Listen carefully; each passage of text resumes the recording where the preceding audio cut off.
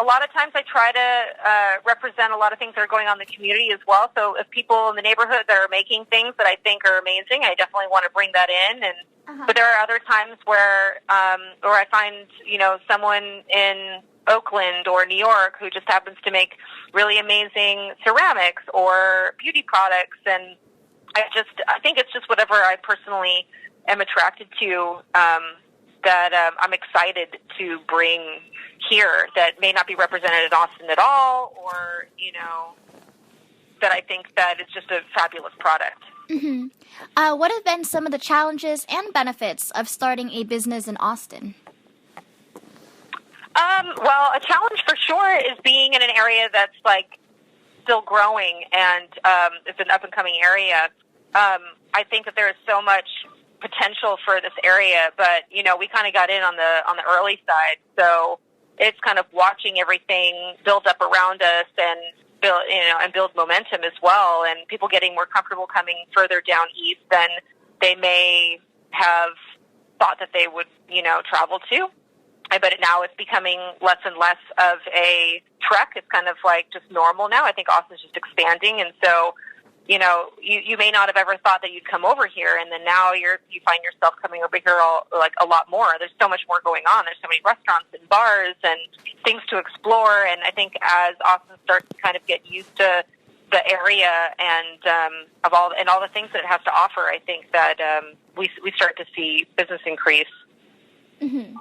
So that's definitely been a challenge, but at the same time, I think Austin's such a warm, wonderful environment that, you know, everyone's just been so welcoming, and it's such a great feeling to see the customers come in and be like, oh, I follow you on Instagram, and I've been wanting to check you out, and I just think the community here in Austin is wonderful. It's very supportive, and they love small businesses, and you know, I think they appreciate, you know, non-corporate stores that open up that really have that true Austin feel, which is really what I wanted to keep in with the store. I wanted it to feel old school and comfortable and, you know, not super put together. I think that's part of the appeal with it, is that it's something that, you know, everyone can relate to. I actually follow your Instagram account, and I think that your Instagram account is amazing. It's really, really beautiful. Oh, thank you so much. Yes. I put a lot of time into it, actually. Sometimes one post will take me like an hour in terms of taking the right photo and making the description and like getting the filter right, or not even the filter, but just all of it. You know, it takes me a while. I put a lot of effort into it, so I love hearing that kind of feedback, because I think that's like the best way for me to express what this place has visually. You know, to experience here without having to come here. I think that I try to put that all into each photo and not just, you know, take a random photo of something. Like all of it, you know, I think comes back to the brand of what the whole store and concept is.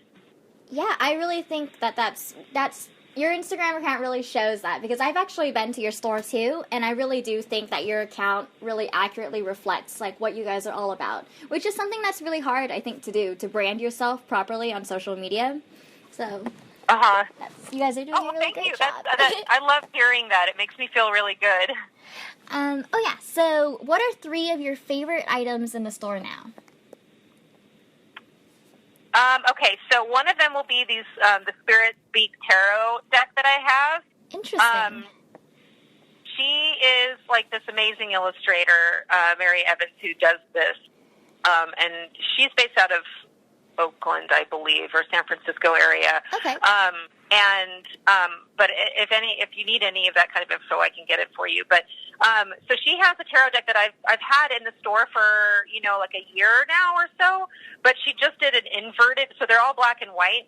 And she just inverted it to the other, instead of black and white, it's now white and black. You know, everything's switched, and it just.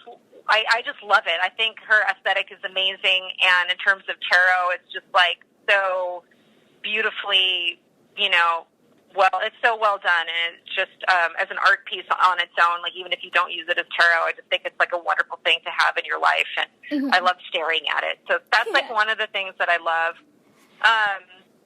And also, her, like a counterpart to her, actually, this woman, Lee Silva, who is also from Oakland, and she makes these necklaces. And they do some stuff together every once in a while, but Lee has a line called Sacred Knots, and it's like wearing art, basically. It's like these beautiful, statement pieces that are just for, I think any magical lady that, loves adding a little bit of, like, color and, flair to their outfit. I think like those are the perfect piece that you could put with like any outfit, and all of a sudden you're like, oh, now I feel great. So I love all of those. And then I would say maybe the monk oil as well. Okay. It is it's made out of New York.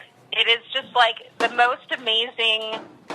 I don't know if I would want to call it luxury oil, it's just like this, it's just got this scent on it where you just want to put it on you all the time. Like you could either add it for moisturizer because it's got avocado oil and so it's just like really choice ingredients, but then it also smells so good that you could like put it on as perfume or, and then it's always made on like the new moon or the new year or something specific like that. And there's a rose quartz inside each one of them. Oh, wow. So I just feel like it has this energy to it that, I like the idea of having like some of the oil that you put on your skin to have some extra magic to it as well.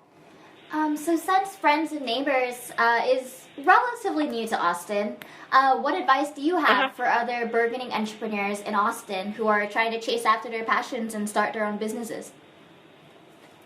I think it's great. I think everyone should. It's definitely a hard road. I think starting small and increasing is always a good way to do it. I think it's hard not to want all of the things all at once, but it's really difficult, I think, to do that. I think it's best to kind of focus on starting small, building yourself up, adding, your community and adding more things to your business and eventually you'll get there. You just have to work really hard at it and keep going with everything that you have because it takes time. And I think sometimes, it's easy to question yourself and what you're doing. But I mean, the people that succeed are the ones that persevere past that and figure it out and make it work. And I encourage everyone to do it as well. So having owned a store in New York and then now also owning your store now in Austin, how would you compare the experiences and the cities and what it's like between what the differences are? Oh my, it's so different, and both in such amazing ways. I think like with New York, my store was in Nolita, and it was a very walking, city, and I had a lot of traffic on the street, like street traffic, and so I think New York is the kind of place where the minute you open, everyone is all over it. Like it's just like boom, you've hit the scene, and everyone wants to write about it. Everyone wants to come by, and then in a couple of years, it may not have that same power. You really have to struggle really hard to like keep everyone feeling like you're the biggest thing. Whereas in Austin, I feel like it's a slower growth. It's like people, have loyalty, and I think that, things start off small and they build momentum. It's kind of like after things have been in Austin for a few years, it starts to become more of a staple, and people, just will consistently go back to that place, and they're comfortable with that place, and they want to support that place. And so Austin, I think it's like a slower